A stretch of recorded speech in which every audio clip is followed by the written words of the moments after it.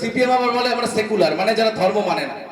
এখানে যদি কেউ সিপিএম থাকে তাদের কাছে আমি বলি একটা যুক্তি দেবে, ব্যাখ্যাটা আপনারা করবেন যদি কোনদিন সভা করেন। সিপিএম বলে আমরা ধর্ম মানি না, তাহলে যদি ধর্ম কেউ না মানে তাহলে মোহাম্মদ সেলিম বেছে বেছে 70% মুসলিম যেখানে, সেই মুর্শিদাবাদ সিটে কেন লড়াই করতে গেছেন? তোমার দম থাকলে তুমি রানাঘাটে লড়াই করো, তোমার দম থাকলে তুমি বনগাঁতে লড়াই করো, পারবে না তোমরা। তোমরা জানো যে আমরা তো ওখানে আমাদের ভোটার নেই, কারণ এখানে তো 11% মুসলিম। অর্থাৎ সিপিএম মুখে বলবে আমরা ধর্ম নিরপেক্ষ, কিন্তু মনে রাখবেন এই সিপিএম এর নেতারা, ওই যিনি মারা গেছেন সুভাষ চক্রবর্তী, তিনি একবার ইয়েতে গেছিলেন, কালীঘাটে গেছিলেন, সেই কালীঘাটে পুজো দিতে যাওয়ার জন্য তাকে শোকজ করেছিল, কিন্তু গাঞ্ছাওয়ালা রেজ্জাক মোল্লা হজ করতে গেছিল, তাকে কিন্তু শোকজ করেনি, তাকে মন্ত্রী বানিয়ে দিয়েছিল। এটাই হচ্ছে সিপিএম এর দেখানো সেকুলারিজম। অর্থাৎ সেকুলারিজমের নামে যারা মুসলিম দূষণ করে এতদিন পর্যন্ত মুসলিমদের জনসমর্থন নিয়ে 34 বছর ক্ষমতায় ছিল, তারাই কিন্তু বামফ্রন্টে বামপন্থীদের আপনাদের চিনে নিতে হবে।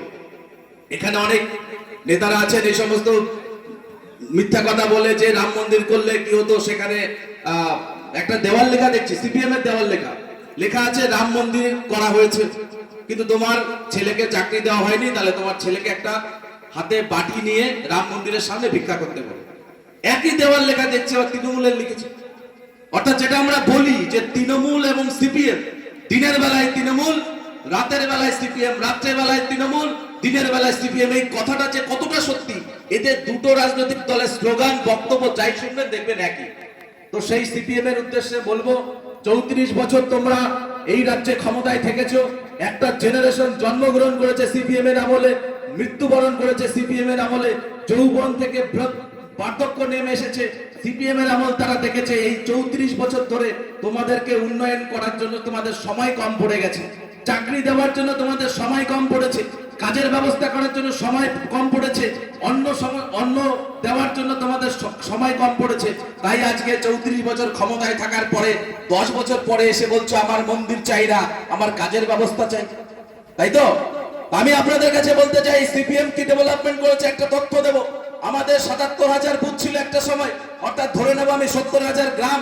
এই 70,000 গ্রামে এমন কোন গ্রাম আপনারা দেখাতে পারবেন না যে গ্রামে সিপিএম এর একটা রেজিস্টার্ড পার্টি অফিস তারা করেনি। অর্থাৎ আপনার থেকে বাড়িতে কৌটা বাজিয়ে টাকা নিয়ে ওই তাদের পার্টির নামে যারা সেখানে পার্টি অফিস করে লাল ঝান্ডা কেড়ে দিয়েছে, কিন্তু একটা মানুষকে ওই প্রধানমন্ত্রী থেকে শুরু করে রাজ্য কোনো জায়গা থেকে তারা কোনো ঘরের ব্যবস্থা করেনি।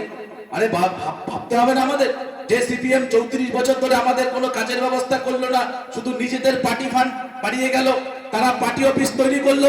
আজকের দিনে দাঁড়িয়ে যখন দেখবেন আপনারা একটু তথ্য ঘেটে দেখবেন যে আমাদের রাজ্যের নিরিখে যতগুলো পার্টি আছে, অর্থাৎ বিজেপিকে যদি আমরা রাজ্য পার্টি হিসেবে ধরি, মানে কেন্দ্রের হিসাব বাদ, রাজ্য বিজেপি, রাজ্য তৃণমূল কংগ্রেস, রাজ্য সিপিএম, এই তিনটে পার্টিকে আপনারা অ্যানালিসিস করবেন। এই তিনটে পার্টির মধ্যে সব থেকে ধনী পার্টির নাম কি বলুন তো? সিপিএম, যাদের একটা এমএলএ পর্যন্ত নেই, একটা এমপি নেই। অর্থাৎ এরা বলছে আমাদের ইলেকট্রাল বন্ড নিয়ে কথা বলছে, তারা বলছে ইলেকট্রাল বন্ডে কেন 1600 কোটি টাকা, 16,000 কোটি টাকা বিজেপিকে দিল। এরা বলছে, এই সিপিএম বলছে যে সিপিএম এর একটা বিধায়ক নেই, একটা সাংসদ নেই, তারা পশ্চিমবঙ্গে নিরিখে সব থেকে ধনীতম রাজনৈতিক দল হিসাবে তারা এখনো আলিপুর স্ট্রিটে বসে তারা কলকাঠি নাড়াচ্ছে। সেই সিপিএম আমাদেরকে শেখাবে ইলেকট্রাল বন্ড? আমরা তো পরিষ্কার ভাষায় বলতে পারি ইলেকট্রাল বন্ড 2017 সালে তৈরি করা হয়েছিল।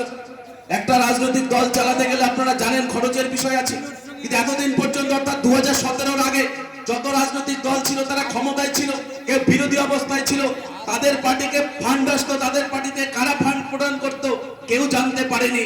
ভারতীয় জনতা পার্টির নেতা মাননীয় অর্থমন্ত্রী অরুণ জেটলি সেদিন লোকসভায় দাঁড়িয়ে তিনি ঘোষণা করেছিলেন যে ইলেকট্রাল বন্ডের মাধ্যমে আপনার যে কোনো পার্টিকে আপনি ডোনেট করতে পারেন, শুধুমাত্র আপনার আয়টা সঠিক কিনা সেটা দেখাতে হবে। অর্থাৎ একটা লিগ্যাল পদ্ধতিতে পার্টির ফান্ডে টাকা দেওয়া, একটা লিগ্যাল পদ্ধতিতে পার্টি ফান্ডে টাকা জমা করার পদ্ধতি ইলেকট্রাল বন্ড। সেই ইলেকট্রাল বন্ড নিয়ে সিপিএম এর এত মাথা ব্যথা, তার কারণ তাদেরকে কেউ একটা টাকা পর্যন্ত দেয়নি। আমি বলি বন্ধু, তোমাদের টাকা কেন দেবে? তোমাদের একটা বিধায়ক নেই, একটা সাংসদ নেই, একটা জায়গাতে তোমরা দ্বিতীয় পজিশনে পর্যন্ত আসার মতো ক্ষমতা নেই, তো তোমাদেরকে কেন লোকে টাকা দেবে?